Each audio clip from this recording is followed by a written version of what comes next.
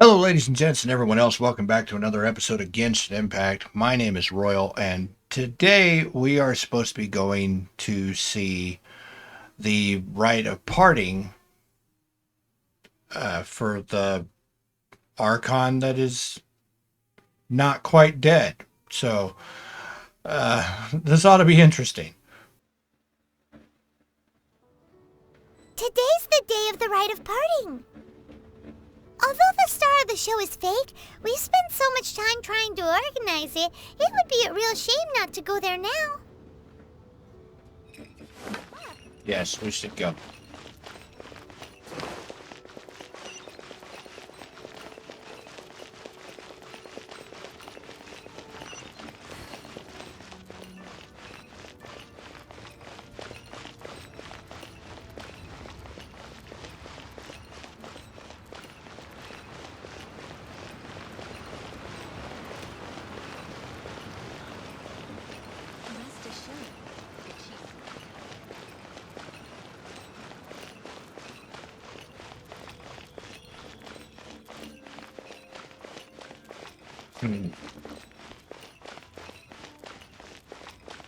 Well, we knew Child was lying, and I had a feeling there was more to John Lee.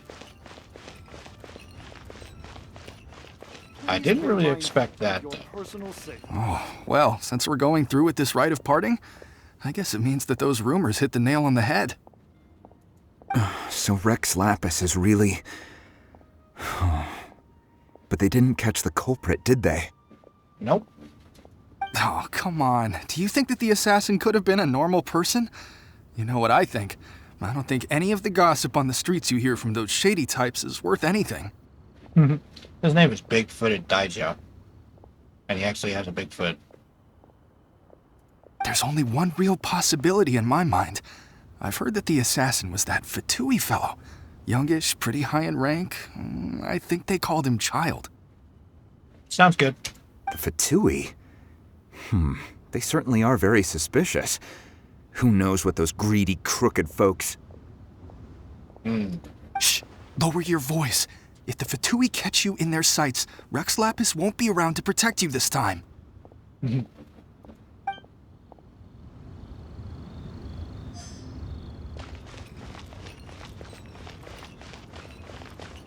You know that god from the ocean couldn't have just shown up out of nowhere. I mean, it's been 2,000 years since Rex Lapis subdued it. Yes, and to think that this happened right on the heels of the incident with Rex Lapis, too. Coincidental.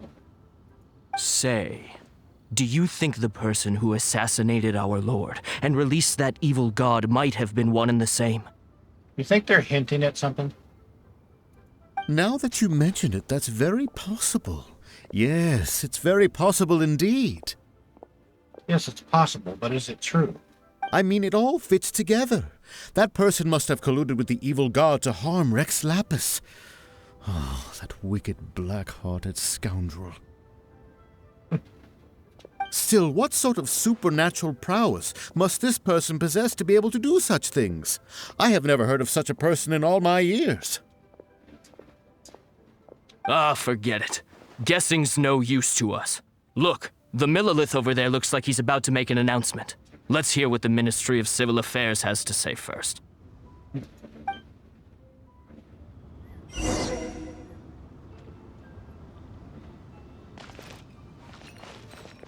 Oh my god.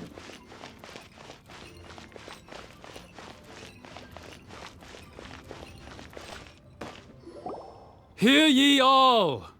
The Chi sings words. Though a dragon soars ageless as the mountains, it too must return to dust. This is common knowledge. Gods and Adepti live glorious lives, but both light and shadow have their season. So too must they face divinely appointed trials. Rumors and hearsay abound on the streets that Rex Lapis was murdered. Now, let the truth be revealed. Having been thwarted in his trial, Rex Lapis's soul has recouped the celestial heights.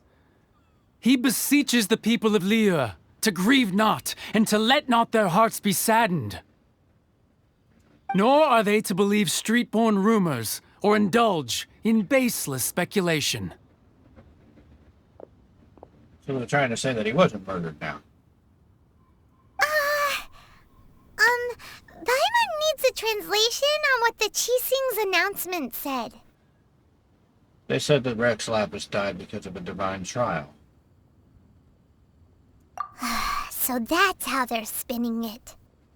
Yep. Something feels off. Why would they suddenly give up looking for the murderer? Not to mention how this excuse sounds like something they just made up on the spot. It does. There's a lot of holes in it. Could the Qixing already have known that Rex Lapis wasn't dead? But Zhongli said that neither they nor the Adepti knew anything. Did Zhongli tell them in secret after his gnosis changed hands? I think you've hit the bullseye this time. Exactly, right? Ooh, seems like the rite of parting has been going on for a while now. Let's go have a look.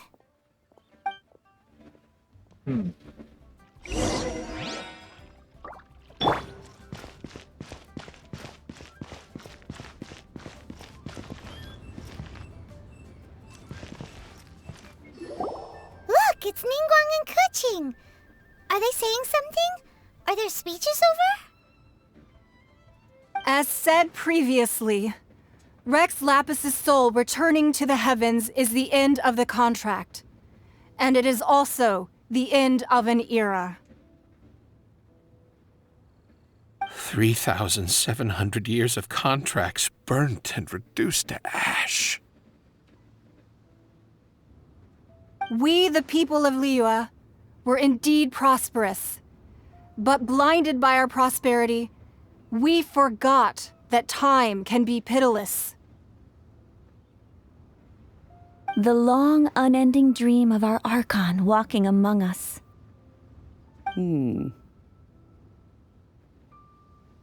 Now that we have awoken from our dream, we must learn to say farewell. Will you stand with us as we re-establish our contracts? As we build a new age of prosperity? So concludes the words of Her Eminence the Tianquan. Does Her Eminence the Yuheng have anything to add? Huh? Is she looking this way? Traveler. Yikes! She really is looking our way! Is that the traveler who they say defeated the ancient god? So young. The Liyue Qixing always repay their debts. And as you have heard, our eyes see far and our reach is long. Name your price. You deserve that much. Whoa!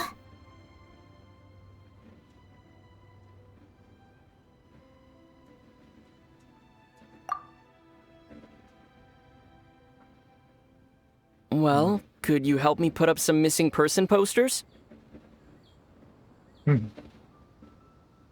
Still on the hunt for his sister.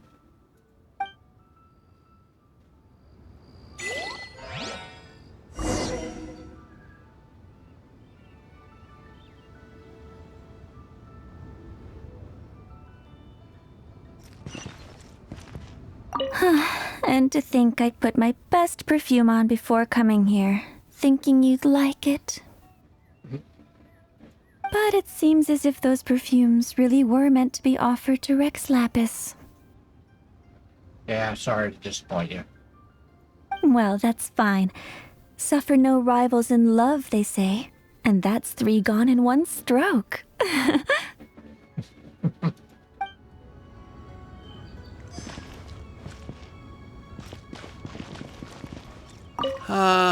Rex Lapis. Oh, Rex Lapis. Now that I think about it, if everyone's of the same mind as me, perhaps mementos for Rex Lapis might be the best short-term business opportunity. Always the businessman.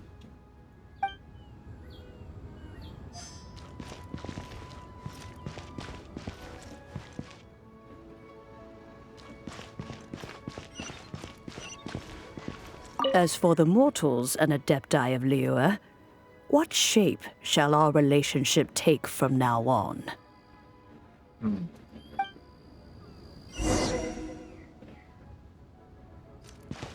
Oh, John Lee's over there on the balcony. I stepped in the water again.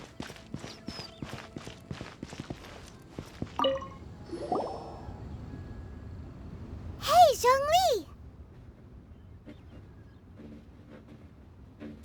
Look at this. Everyone in Liyue is caught up in their emotions, thinking that they'll never see Rex Lapis again.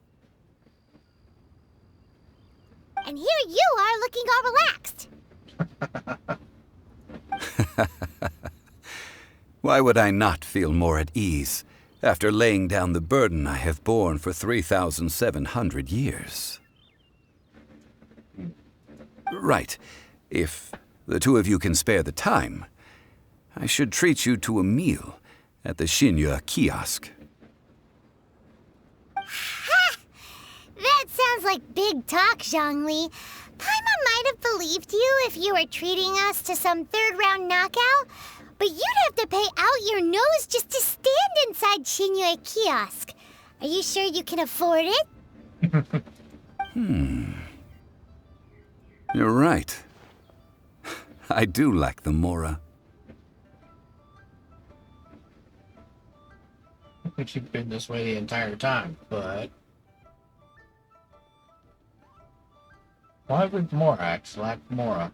As the Rex Lapis Morax, I can easily create Mora. But since I have chosen to walk this earth as the mortal Zhongli, I should abide by the same rules that mortals do. You should. You should probably learn the value of money. When I was journeying with you, though I still had the Gnosis in hand, I knew that I must soon retire from my role as an Archon. So I had to rehearse a little for my new life. Oh, no wonder. Paimon gets it now. You didn't look at the price tags when we were spending because you've never had to. Right. Why are you looking at me when you're saying that? But since you weren't used to not being able to just make more Mora as and when you wanted to, you had to try becoming a parasite to society who lives off of other people's credit. Pretty much. Well, we were only spending Fatui money. You don't have to say it like that. In the City of Commerce, we do not merely exchange money or goods. We also exchange knowledge, memories, and foresight, as well as positions, roles, and lives.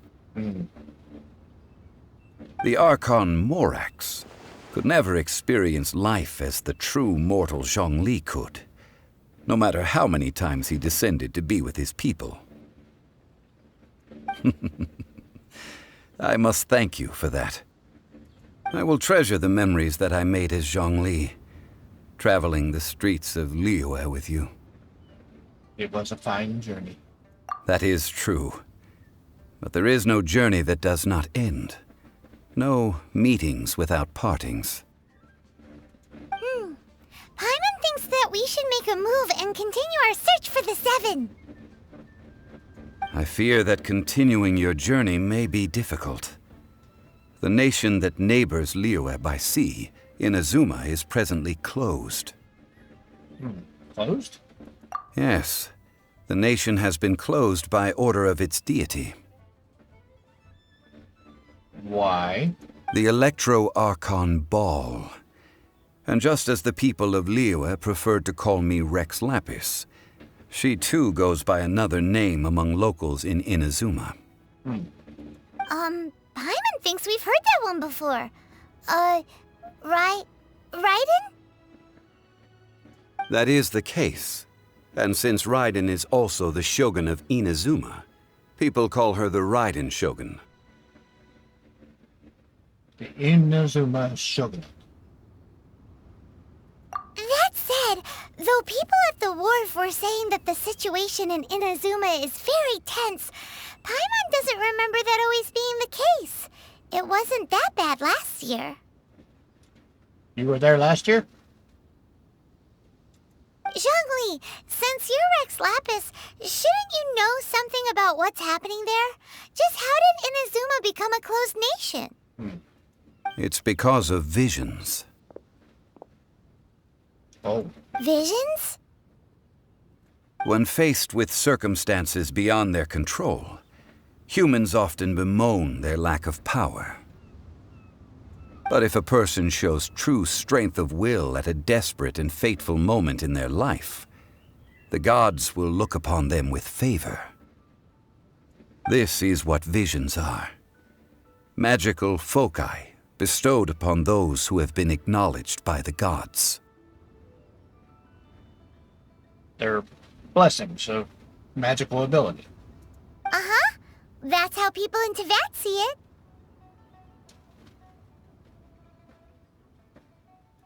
But starting from last year, the Raiden Shogun began promulgating the Vision Hunt Decree. Vision Hunt, huh? Vision Hunt Decree? Yes. It was an order to seize all visions within Inazuma's borders, and to inlay them upon the hands of the statue of the omnipresent god. No god before me. They want to seize visions. But why? Aren't visions blessings from the gods?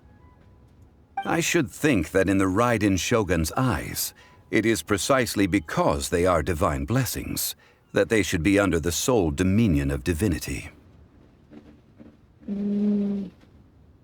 Yeah, I can see that.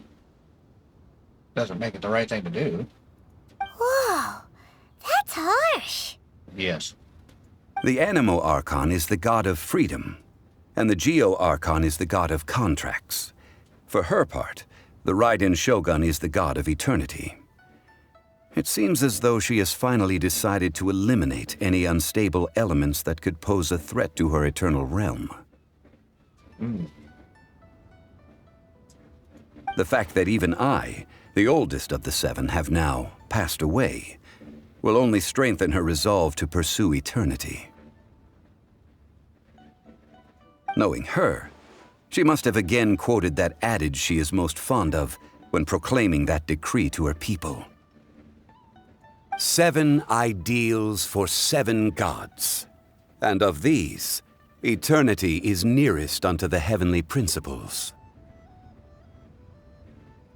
All right then. Was there anything else you wish to know? Oh, this is like the end of the last one with Venti.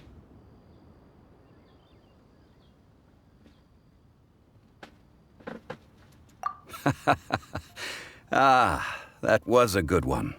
Failing a divine trial. How they came up with that excuse, I will never know. I knew that was fake. That said, the reason why the Qixing were so eager to resolve the incident and stop pursuing the culprit was indeed because they received news in secret that Rex Lapis was not dead. I hinted as much to the Adepti as well. How did I accomplish that, you ask? Have you ever heard of this particularly convenient Adepti art known as gifting dreams and visions? All right then. Was there anything else you wish to know? And what about Sean? Yeah, about that.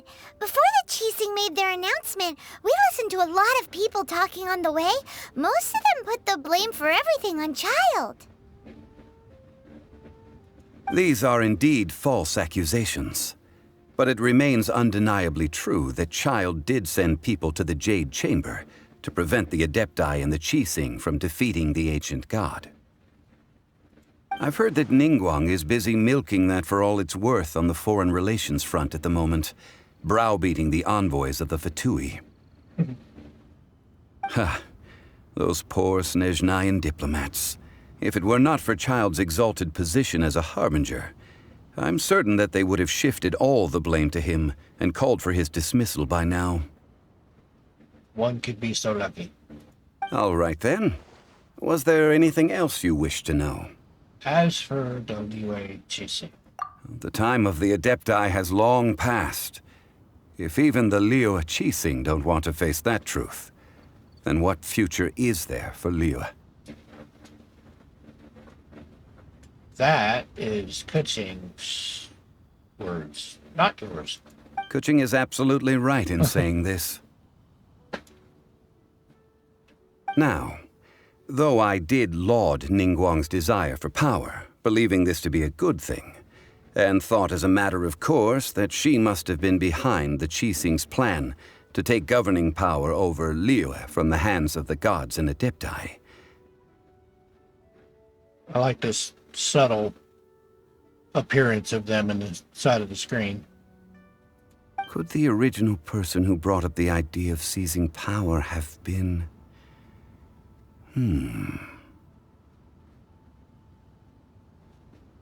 All right then.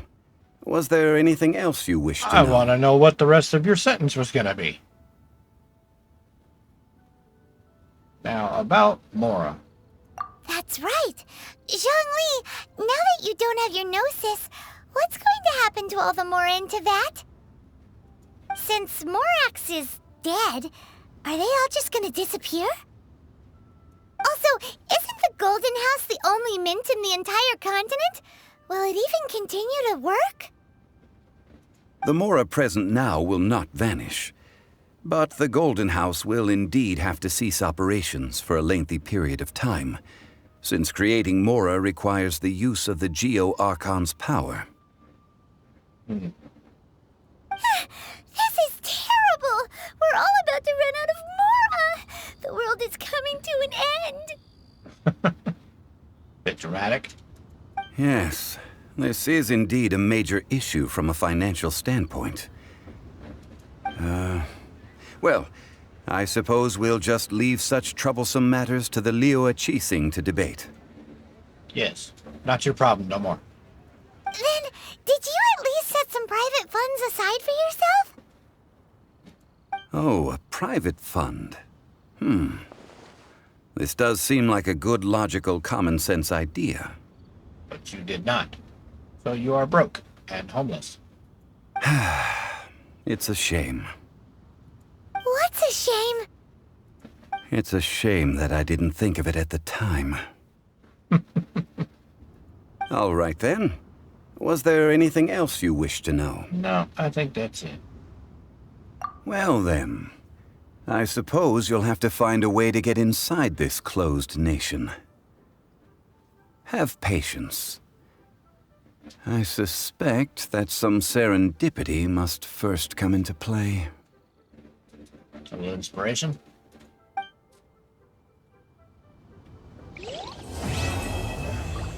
New star approaches is complete.